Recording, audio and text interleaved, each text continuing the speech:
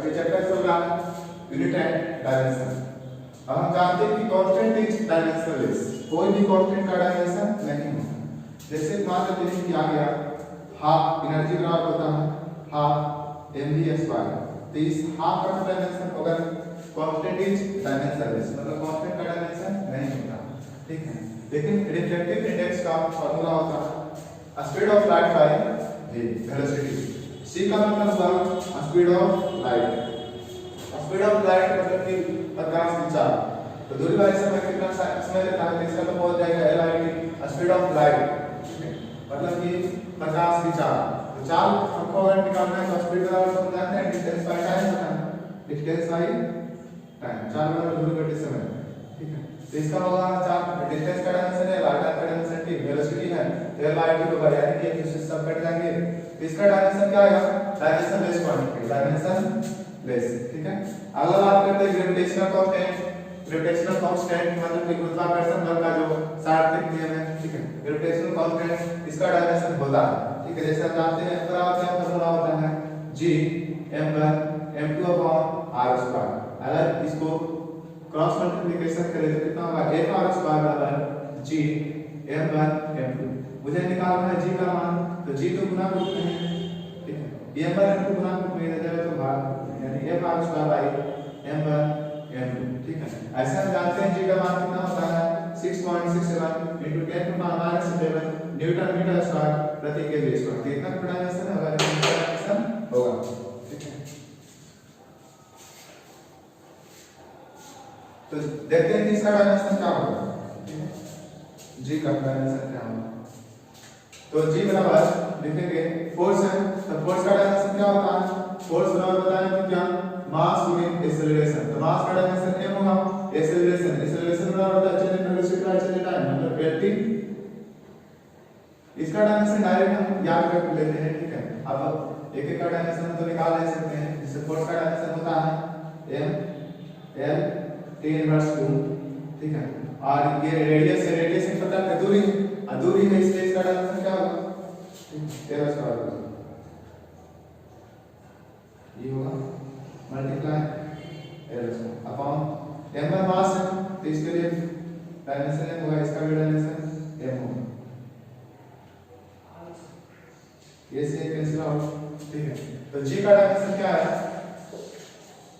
g का dimension आया n inverse 1 l cube inverse 2, ये g का डायमेंशन है।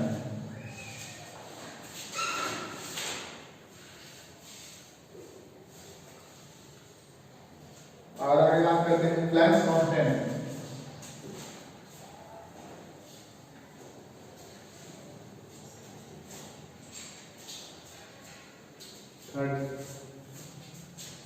प्लैंक्स कांस्टेंट, प्लैंक्स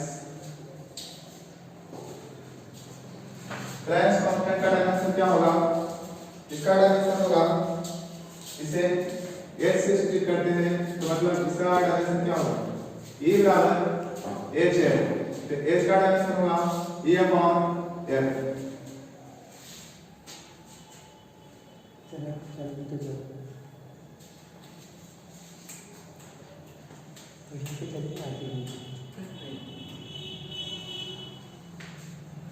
जहां पे हम जान लेते हैं कि E क्या है, E एनर्जी है, E एनर्जी है, F क्या है, F फ्रीक्वेंसी है, F फ्रीक्वेंसी है।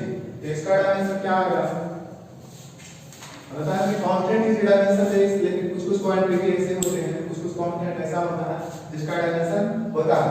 अब बात करते हैं h यानी प्लैंक्स कांस्टेंट का डायमेंशन क्या होगा, तो एनर्जी बराबर होता है हाफ mv², तो हाफ तो एक संख्या है, इसका डायमेंशन होगा नहीं, ये मतलब मास का डायमेंशन है, अभी मतलब वेलोसिटी का डायमेंशन, इसका डायमेंशन होगा m l²/t², यानी कि इसका डायमेंशन होगा m l², इसका डायमेंशन क्या होगा m l² tan−2। यानी कि इसकी बात करते हैं एनर्जी, तो इसका डायमेंशन होगा m l² tan−2। और फ्रीक्वेंसी का डायमेंशन क्या होगा, फ्रीक्वेंसी -1 10⁻⁻1 1/टाइम पीरियड होता है, फ्रीक्वेंसी का होता है टाइम पीरियड, फ्रीक्वेंसी का मतलब टाइम पीरियड। तो 1 इसके अपॉन टाइम का t होगा, इसका पावर कुछ नहीं तो 1, ये पावर जब ऊपर जाएगा तो क्या होगा माइनस हो जाएगा, यानी t की पावर -1 होगा। अब हम यहाँ से क्या लिखते हैं कि इसका प्लैंक्स कांस्टेंट यानी h का डायमेंशन क्या आएगा, तो m l स्क्वायर, ये पावर जब माइनस में ऊपर जाएगा तो जुड़ जाएगा, -2 + 1 कितना होता है -1, ठीक है, -2 + 1 -1। अब आगे इंपॉर्टेंट है एक बोल्ट्जमान कांस्टेंट, ठीक है, बहुत ही ज्यादा इसका उपयोग होता है बोल्ट्जमान कांस्टेंट।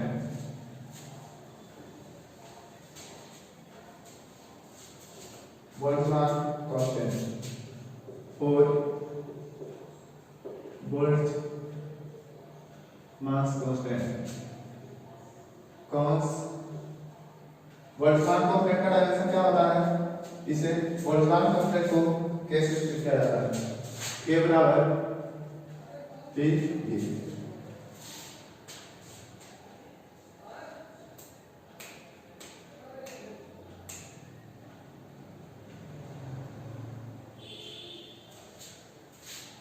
बराबर T क्या है, प्रेशर है, T प्रेशर है, V वॉल्यूम है, V वॉल्यूम है, और T टेम्परेचर है, T टेम्परेचर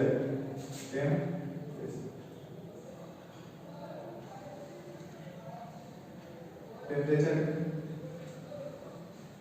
T क्या है, टेम्परेचर। तो यहाँ से निकालते हैं कि T बराबर kT, तो यहाँ से K का मान क्या आएगा, क्योंकि K है बोल्ट्जमान कांस्टेंट, तो K का मान आएगा यहाँ से K बराबर TB/T, ठीक है। T हमें टाइम नहीं बल्कि T क्या है, टेम्परेचर है, T टाइम नहीं T टेम्परेचर है। अब बात करते हैं प्रेशर, यहाँ P जो है प्रेशर है, T वॉल्यूम है और T टेम्परेचर है। तो प्रेशर का डायमेंशन क्या होगा, प्रेशर का बताया है प्रेशर का डायमेंशन बताया है फोर्स अपॉन एरिया, फोर्स का डायमेंशन होगा m/L t इनवर्स 2, एरिया का लेंथ टू लेंथ से कैंसिल आउट, यानी ये इसके पावर कुछ नहीं 1 इनवर्स 1/2। इसका डायमेंशन क्या होगा, m प्रेशर का होगा m L inverse 1 t inverse 2, और इसका डायमेंशन क्या होगा, v है वेलोसिटी, तो वेलोसिटी बराबर डिस्प्लेसमेंट बाय टाइम, v है वेलोसिटी, तो वेलोसिटी बराबर डिस्प्लेसमेंट अपॉन टाइम, इसका L/t, इसका स्क्वायर में, ठीक है, तो इसका पावर जाएगा L इनवर्स 1 हो जाएगा, ठीक है, अपॉन टाइम टेम्परेचर, तो टेम्परेचर का बताया है फंडामेंटल, जिसे 7 फंडामेंटल इसका डायमेंशन होता है, लेंथ का L, मास का M, और लेंथ मास टाइम का T, electric current area I, temperature K या थीटा, हम इसका यूज कर सकते हैं K या थीटा, K नहीं यूज करेंगे, थीटा यूज करेंगे, क्योंकि K यहाँ पे है बोल्ट्जमान कांस्टेंट है, यहाँ पे थीटा यूज कर लेते हैं। इसका डायमेंशन क्या आएगा, L का पावर -1 और +1 जोड़ लेते हैं, क्या होगा 0 होगा, ये दोनों जुड़ के तो 0 हो जाएगा, ठीक है, तो होगा m और L तो होगा नहीं, ठीक है, और -2 और +-1 कितना होगा, -2, -1 को अगर ऐड करेंगे तो -3 आएगा, यानी t का पावर -3, t का पावर -3 और थीटा इनवर्स 1 दे देते हैं, थीटा इनवर्स, ये थीटा का पावर 1 है, ऊपर जाएगा -1, ये इसका ये रसला v वॉल्यूम कहां से, v डिस्प्लेसमेंट में है, v वॉल्यूम वेलोसिटी में वॉल्यूम, यहां से होगा k बराबर Pv/T, तो P तो हो गया प्रेशर, m L प्रेशर का होगा फोर्स अपॉन एरिया, यानी m L T inverse 2, P बराबर फोर्स अपॉन एरिया, और इसका होगा लेंथ गुने लेंथ, तो L से L कैंसिल आउट, यानी m L inverse 1 T inverse 2, तो m L inverse 1 T inverse 2।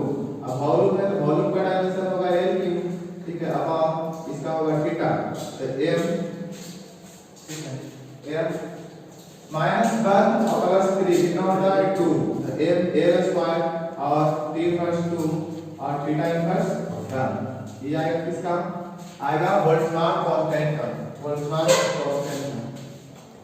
m a square t inverse 2 theta inverse आएगा बोल्ट्जमान कांस्टेंट। अगला है molar specific heat capacity.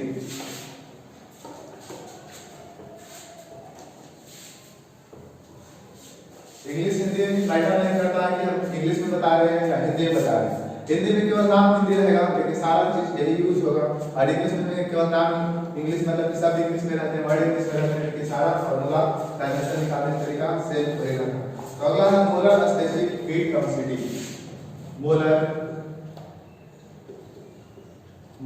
Specific heat capacity.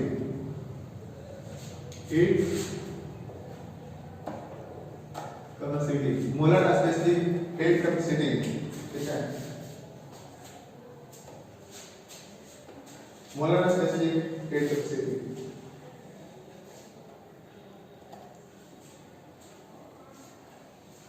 इसको सी या CP और CV बोल सकते हैं। तो संबंध है क्या, Q बराबर हम जानते हैं N और C डेल्टा T, ठीक है। जहां Q ऐसे हम Q को चार्ज बोलते हैं, चार्ज, लेकिन यहाँ पे Q क्या है, Q हीट का कार्य कर रहा है। Q जो है हीट है, N क्या है, नंबर ऑफ मोल्स, ठीक है। और डेल्टा T क्या है, change in temperature, change in temperature, ठीक है। तो C बराबर क्या होगा, इसको मोलर स्पेसिफिक हीट कैपेसिटी को हम C बोले या Cp बोले या Cp बोले, बात बराबर।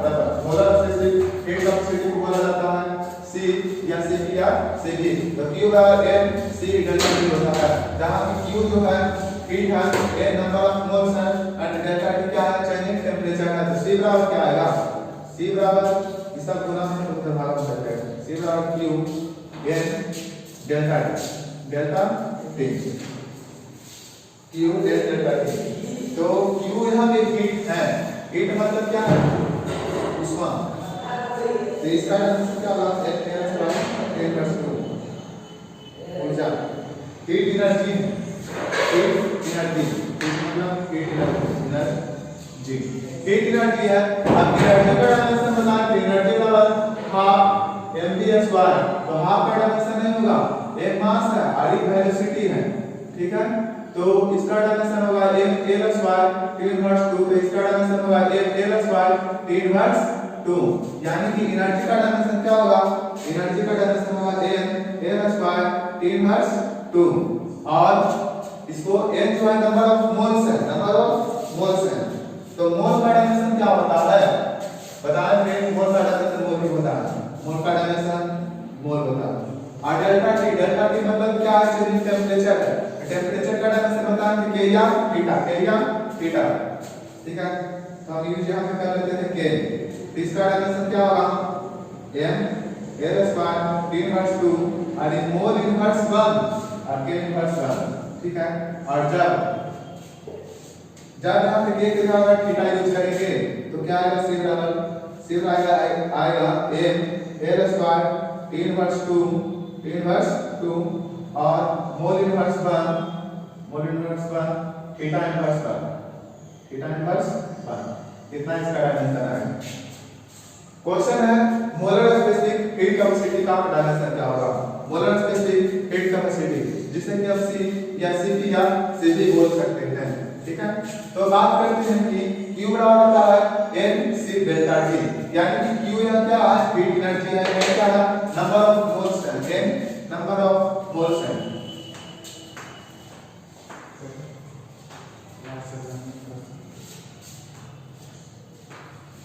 N नंबर ऑफ मोल्स है, C क्या है, C है मोलर स्पेसिफिक हीट कैपेसिटी है, डेल्टा T क्या है, चेंज इन टेम्परेचर है। तो हीट एनर्जी जो है ये नंबर ऑफ मोल्स है, चेंज इन टेम्परेचर है।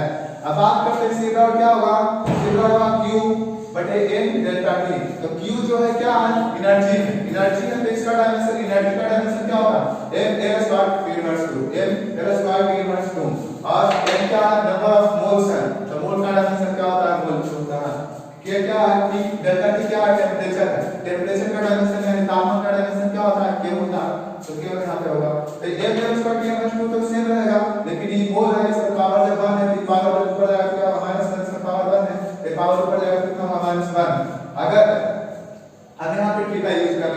क्या होगा m l स्क्वायर की इनवर्स 2 तो होगा, मोल इनवर्स 1 होगा, लेकिन यहाँ पे थीटा इनवर्स 1 रहेगा, ठीक है। तो मोलर स्पेसिफिक एयर कैपेसिटी था। अगला है coefficient of viscosity. Coefficient of viscosity, coefficient of viscosity इन सभी का डायमेंशन सारे हम पहले हम निकाल चुके हैं। कोएफिशिएंट ऑफ विस्कोसिटी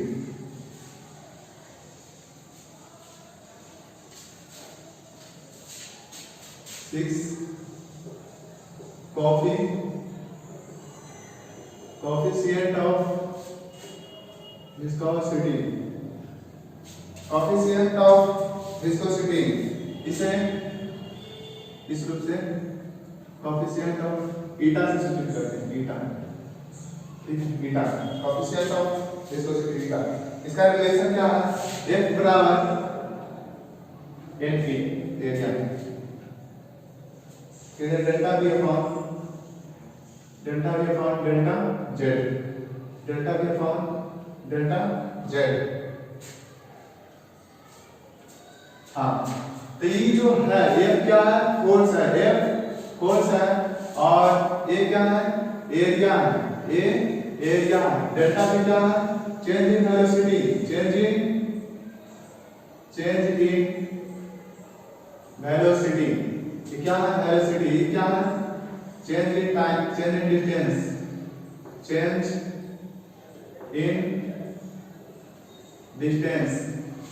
बात फोर्स बराबर ईटा v, मतलब कि कोएफिशिएंट ऑफ विस्कोसिटी को ईटा से सूचित किया जाता है।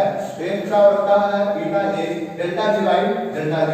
तो F क्या फोर्स है, फोर्स मतलब बल है, A क्या एरिया क्षेत्रफल है, delta V change in velocity, वेग में चेंजिंग हो रहा है, परिवर्तन, ठीक है, और एक चेंज इन डिस्टेंस मतलब कि दूरी में परिवर्तन हो रहा है, ठीक है। तो हम ईटा का निकालते हैं। ईटा का क्या आएगा, एक upon A delta V upon delta Z, delta V upon delta Z, ठीक है। हाँ, तो इतना आएगा। तो फोर्स का डायमेंशन क्या होता है, M L T इनवर्स 2, और एरिया का डायमेंशन क्या होता है, L स्क्वायर, क्योंकि एरिया बराबर होगा लेंथ गुने ब्रेथ, और लेंथ का डायमेंशन है ब्रेथ, ब्रेथ मतलब चौड़ाई, चौड़ाई भी कंडक्टर लंबाई, इसलिए इसका डायमेंशन क्या होगा, L स्क्वायर। डेल्टा की क्या चेंज इन वेलोसिटी, तो वेलोसिटी का डायमेंशन हम जानते हैं L के इनवर्स 1 होता है, और ये चेंज इन डिस्टेंस, डिस्टेंस से पता है क्या है, दूरी, दूरी है, इसलिए इसका डायमेंशन क्या होगा, L होगा, ठीक है।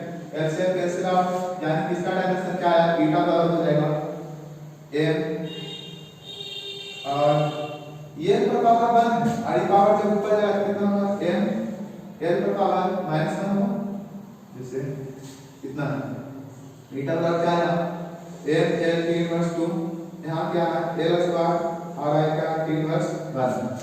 तो ऐसा है कि M का मान क्या आएगा, M ये पावर 1 है, ये पावर जब जाएगा -2 हो जाएगा, तो 1 में -2 गया -1, L इनवर्स 1, और -2 है, T की पावर -2 है, T प्लस 1 जाके जुटेगा, कितना होगा -1, T का पावर -1, ठीक है। कितना आएगा, M L का पावर -1 और T का पावर -1, ठीक है। ये कोएफिशिएंट ऑफ विस्कोसिटी, हाँ कोएफिशिएंट ऑफ विस्कोसिटी है। आगे क्या है,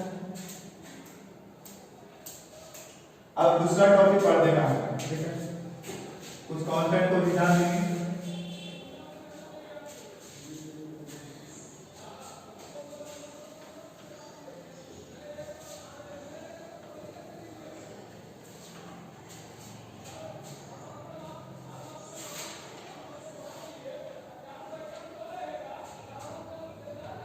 अब हम कुछ ऐसे डायमेंशन निकालना चाहेंगे, ठीक है, जैसे मान लीजिए कि कुछ डायमेंशन की मदद से हम किसी और का डायमेंशन निकाल सकते हैं, ठीक है।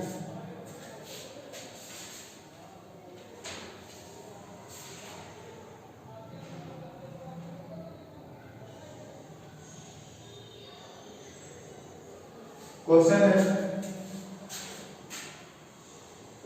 find the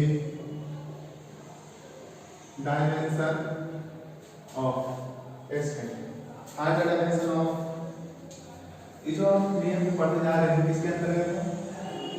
प्रिंसिपल ऑफ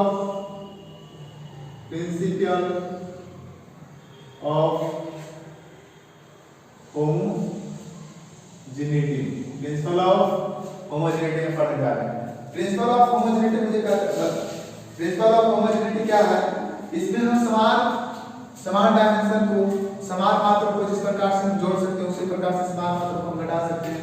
ठीक है, यानी कहने का मतलब ये हुआ प्रिंसिपल ऑफ होमोजेनिटी मुझे ये बताता है कि हम एक समान मात्रा को आपस में जोड़ सकते हैं, समान मात्रा को आपस में घटा सकते हैं। जैसे क्या है कि हम मान लीजिए मेरे पास 5 kg मैंगो है और 3 मीटर कपड़ा क्या ये दोनों हम जोड़ सकते हैं? नहीं जोड़ सकते। मेरे पास 2 kg कोई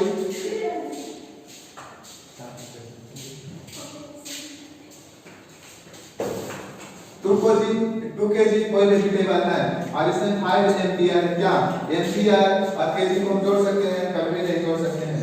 ठीक है, 5 मीटर मेरे पास कोई बल्ब है, ठीक है, और 8 एम्पियर इसमें जोड़ना चाहते हैं, क्या बल्ब और एम्पियर जुड़ सकता है? नहीं जोड़ सकता। तो प्रिंसिपल ऑफ होमोजेनिटी ये है कि हम समान मात्रा को आपस में जोड़ सकते हैं, समान मात्रा को आपस में जोड़ सकते हैं। इस पर क्वेश्चन है टाइम अभी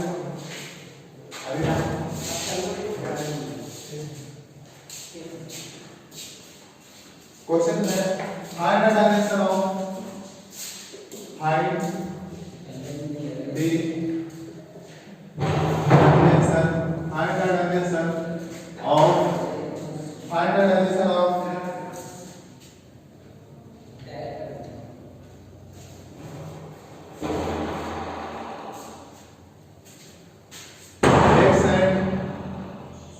by find the dimension of x and y in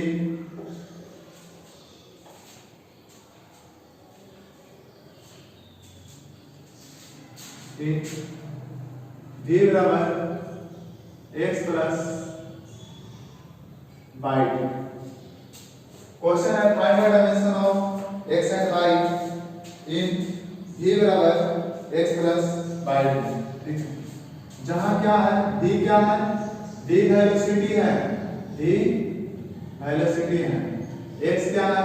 x का मान नहीं पता, ठीक है, x और y का मान तुम निकालना है। t क्या है? t टाइम है। तो सबसे पहले इस क्वेश्चन को बनाने ऐसा क्वेश्चन जब रहता है तो सबसे पहले जितना भी राइट हैंड साइड में है सबको हम लेफ्ट हैंड साइड में लेके चलाते हैं। x माइनस y d बराबर 0। अब ये क्या है? d वेलोसिटी है, अभी में से x घट रहा, इसका मतलब ये है अभी हम बताएं कि एम्पियर को एम्पियर में जोड़ेंगे, मीटर को मीटर में जोड़ेंगे, सेंटीमीटर को सेंटीमीटर में जोड़ेंगे। अगर मेरे पास 5 kg, अगर मेरे पास 5 kg कोई फल है तो 5 kg फल में क्या हम 3 एम्पियर को जोड़ सकते हैं? नहीं जोड़ सकते। मतलब कि केजी को केजी में जोड़ेंगे, हम समान मात्रा को आपस में जोड़ते हैं, समान मात्रा को जोड़ते। सबसे पहली बात ये है कि ये अगर वेग है, वेलोसिटी है, तो ये भी वेलोसिटी होगा, क्योंकि वेलोसिटी को वेलोसिटी में घटाएंगे, वेग को वेग में घटाएंगे। हम वेग को कहीं वेग है और कहीं न्यूटन, वेग को हम बल में नहीं घटा सकते। ये वेलोसिटी है तो निश्चित है कि ये वेलोसिटी होगा। जैसे चेंज एक्सेलरेशन का निकालते हैं g-t, मतलब v मतलब अंतिम वेलोसिटी आई है, प्रारंभिक वेलोसिटी। मान लीजिए अंतिम वेलोसिटी 10 मीटर है, प्रारंभिक वेलोसिटी 8 मीटर है, तो 10 में से 8 गया तो 2 मीटर प्रति सेकंड होगा, ठीक है, 2 मीटर प्रति सेकंड होगा। उसी प्रकार से धीरे से जब x घट रहा है, पहला होता है इसको हम इसके साथ करते हैं, धीरे से अगर x घट रहा है इसका मतलब ये भी वेलोसिटी है, ये भी वेग है तभी घट रहा है, इसलिए लिखेंगे डायमेंशन ऑफ x बराबर डायमेंशन ऑफ x बराबर डायमेंशन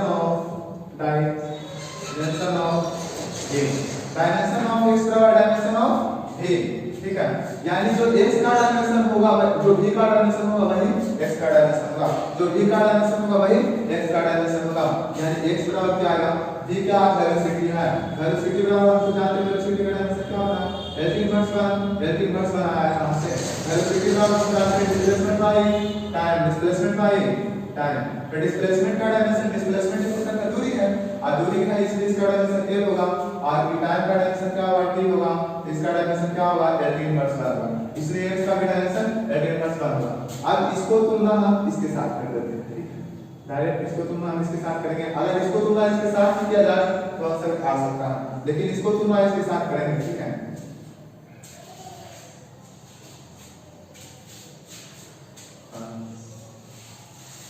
लिखेंगे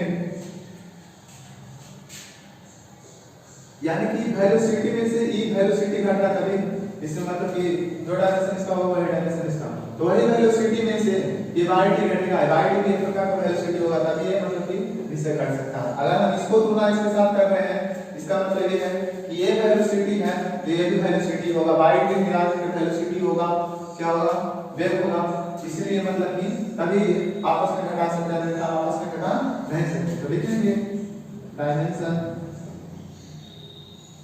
ऑफ y_t बराबर डायमेंशन ऑफ v, y_t का डायमेंशन कितना होगा t, और t का डायमेंशन L इनवर्स 1, ठीक है, y बराबर होगा L इनवर्स 1 अपॉन t, यानी कि y बराबर क्या होगा L इनवर्स 2, इसका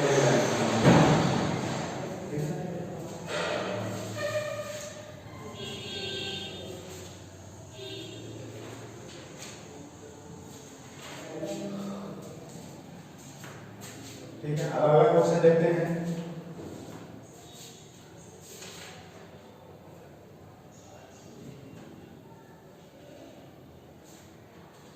इसे अपना से ले लेते हैं कोई क्वेश्चन।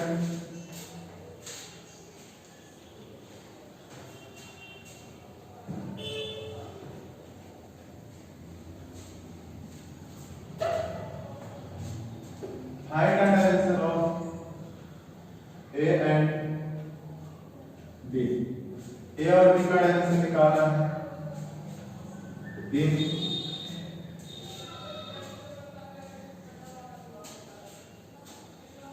A बराबर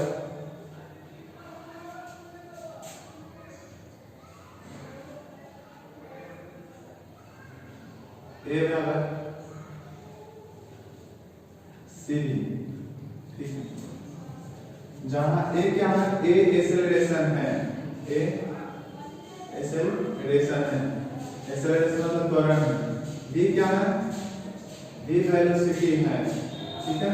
तो इस C का डायमेंशन क्या होगा, तो A अगर इस CB को इधर लाए तो क्या होगा, 0 होगा। अब A में से C घट रहा है तो A तो है एक्सेलरेशन, एक्सेलरेशन मतलब त्वरण,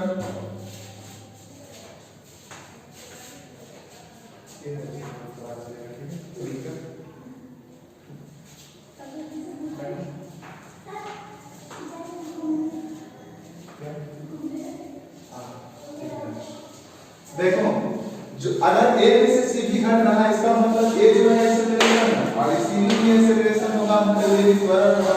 त्वरण को त्वरण में घटा सकते हैं, त्वरण को हम मीटर में घटा सकते हैं। अगर ये एक्सेलरेशन है तो निश्चित है कि ये भी एक्सेलरेशन होगा, तभी घटेगा। इसलिए लिखेंगे dimension of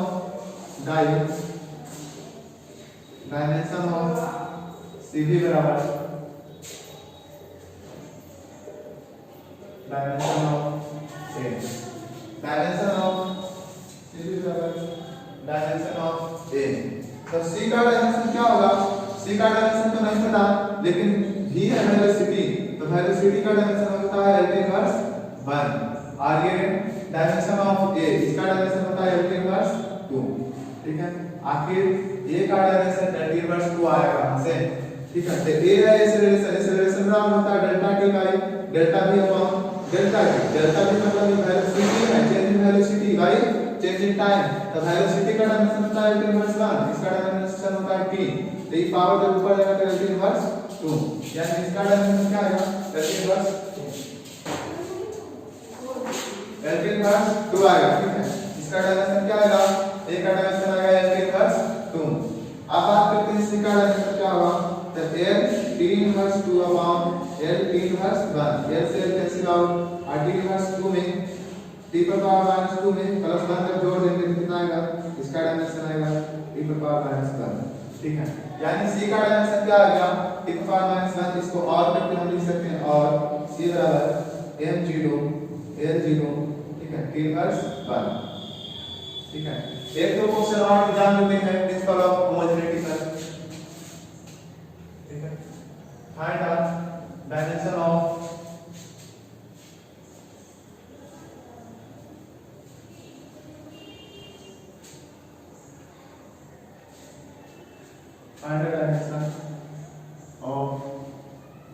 alpha and beta.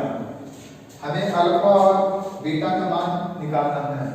लिखेंगे देयर एफ बराबर अल्फा प्लस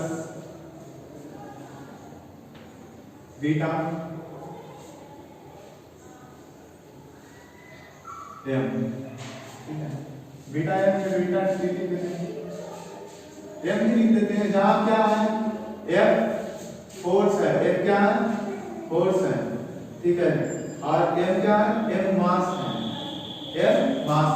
तो लिखेंगे एफ सब को बराबर की साइड देते हैं अल्फा माइनस बीटा एम बराबर 0। ठीक है, इस फोर्स में से अल्फा घट रहा है, इसका मतलब ये है कि जो फोर्स का जो बल का धीमा होगा वही अल्फा का धीमा होगा। तभी तो बल से बल घटाएंगे, बल में से जब अल्फा घट रहा है इसका मतलब एक बल नहीं होगा, तभी हम अल्फा घटा सकते हैं अन्यथा नहीं घटा सकते। इसलिए लिखेंगे डायमेंशन ऑफ